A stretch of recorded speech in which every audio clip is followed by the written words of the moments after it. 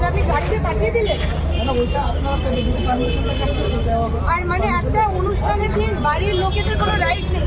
আমার গেস্টদের road block করিনি sir, sir road block করি ইভেন্টের দিন।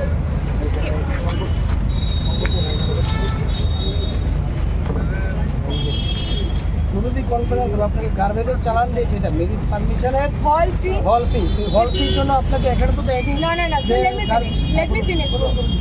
এটা যখন কথা হয়েছিল কমিশনার অফ পুলিশ, আপনাদের municipal commissioner, they gave us some commitment ki on the day of the event, particularly on the day of the event, we have a right to use the parking.